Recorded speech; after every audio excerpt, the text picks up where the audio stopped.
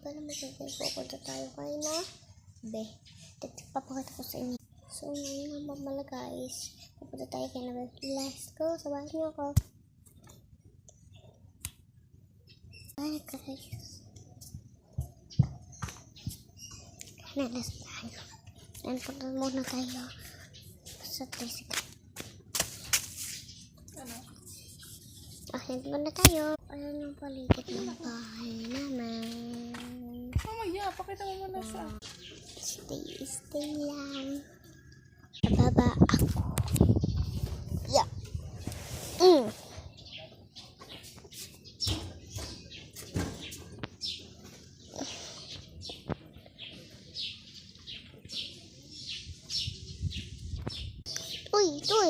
Uy.